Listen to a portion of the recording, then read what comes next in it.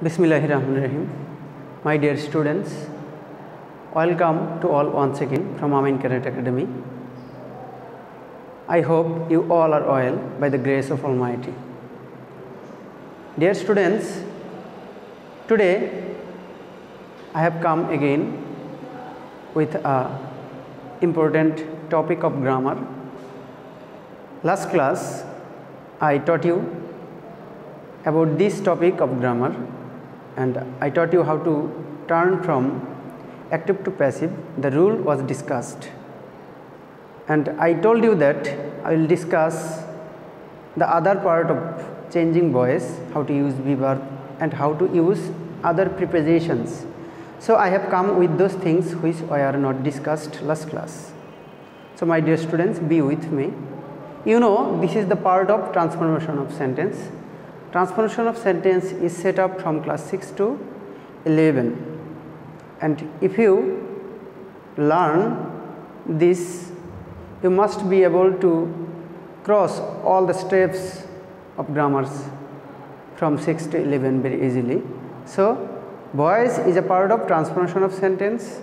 You know, transformation of sentence is such a thing which just structure is changed but meaning is not changed. At that moment, that is transformation of sentence. So to get full marks from this topic, we should learn voice change clearly. And as we just discussed some things about this topic, so we may start going through the other part of the changing voice change. My dear students, let's get started in Bangla to make the lesson easier, and be with me up to finishing time. আজকের আলোচনার বিষয় বিভার্বের ব্যবহার, ভয়েসে কিভাবে আমরা be verb ব্যবহার করব সেটা আলোচনা করব। আমরা এখানে লিখেছি বি মিন্স ভার্ব, ভি এর প্রেজেন্ট ফর্ম মিন্স ভার্বের প্রেজেন্ট ফর্ম ডু অথবা ডাজ থাকলে বিভার্ব হিসেবে আমি যার বসবে। আমরা একটা ছোট্ট করে উদাহরণ লিখেছি, হি রাইটস ইট। এখানে ভার্বের প্রেজেন্ট ফর্ম আছে, ভার্বের প্রেজেন্ট ফর্মের সাথে এস বা ইয়ের যোগ হয়েছে। রুলস অনুযায়ী প্রথমে অবজেক্টকে সাবজেক্ট করেছি, অতিরিক্ত যে বিভার্ব ব্যবহার করব আমরা শুনেছি প্রেজেন্ট ফর্ম থাকলে অ্যামিজার ইজ, আর মূল ভার্বের পাস্ট পার্টিসিপল রাইটের past participle right road written, 3 নম্বর যেটা সেটাই হচ্ছে পাস্ট পার্টিসিপল। তারপরে প্রিপোজিশন অধিকাংশ ক্ষেত্রে বাই বসে, এখানে বাই বসাইছি। তারপরে সাবজেক্ট আর অবজেক্ট। একইভাবে 2 নম্বরে আছে, দেখো ভার্বের পাস্ট ফর্ম থাকলে এখানে আরেকটা কথা লিখি, ভার্বের পাস্ট ফর্ম ডিড থাকলে, ভার্বের পাস্ট ফর্ম অবলিক ডিড থাকলে একইভাবে আমরা ব্যবহার করব ওয়াজ বা ওয়ার। যেমন I saw a bird, object subject a bird, be verb was, কারণ ভার্বের পাস্ট ফর্ম আছে। Third form seen by subject আর অবজেক্ট মি। হ্যাভ ভার্ব থাকলে হ্যাভ ভার্ব হিসেবে আমরা জানি have has had, have has had. Have verb থাকলে তার সাথে বিন হবে। He has read the book, দেখো অবজেক্ট সাবজেক্ট দ্য বুক, এখানে হ্যাভ ভার্ব হচ্ছে হ্যাভ হ্যাজ হ্যাড, তিনটার যে কোনো একটা থাকলে বি ভার্ব হিসেবে বিন আসবে, এজন্য হ্যাজ বিন। ভার্বের past participle read by subject আর অবজেক্ট বাই হিম। তারপরে মডাল ভার্ব বা টু থাকলে আমরা মডাল ভার্ব জানি, shall should can could will may might must need dare had better, এগুলো হচ্ছে মডাল ভার্ব। মডাল ভার্ব পাবলিক টু থাকলে সেক্ষেত্রে আমরা এদের পরে বি ব্যবহার করব। যেমন আই মাস্ট ডু ইট, একইভাবে লিখছি ইট মাস্ট বি, ভার্বের past participle done by subject আর অবজেক্ট মি।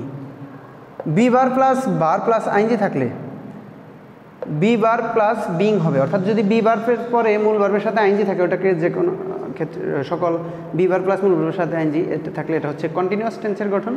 সেক্ষেত্রে আমরা বি ভার্ব তো বসাবোই, অতিরিক্ত বিং নিয়ে আসবো, আমরা অতিরিক্ত বিং নিয়ে আসবো। দেখো অবজেক্ট সাবজেক্ট করছি, Runa is playing game, game be verb তো আছে ইজ, অতিরিক্ত বিং যোগ করলাম, বিং মূল ভার্বের past participle being, played by সাবজেক্টের অবজেক্ট, নাউনের অবজেক্ট, তো সেটাই হয়, আমরা গত ক্লাসে পড়েছি।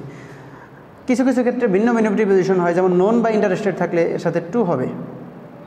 নন বা ইন্টারেস্টেড এর ক্ষেত্রে কি হয়, টু হয়। নন বা ইন্টারেস্টেড থাকলে টু হবে। ইনক্লুডেড বা কন্টেন্ট থাকলে ইন হবে। তারপরে vexed, marvelled, surprised, astonished, annoyed, pleased, satisfied.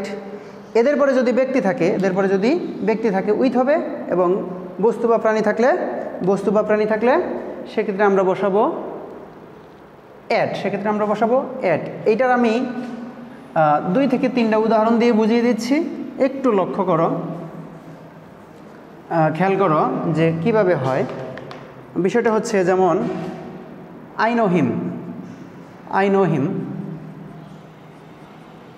নিয়ম অনুযায়ী করে অবজেক্ট সাবজেক্ট নিয়ে আসলাম হি, বি ভার্ব যেহেতু প্রেজেন্ট ফর্ম ইজ, মূল ভার্বের পাস্ট পার্টিসিপল নন টু সাবজেক্টের অবজেক্ট মি।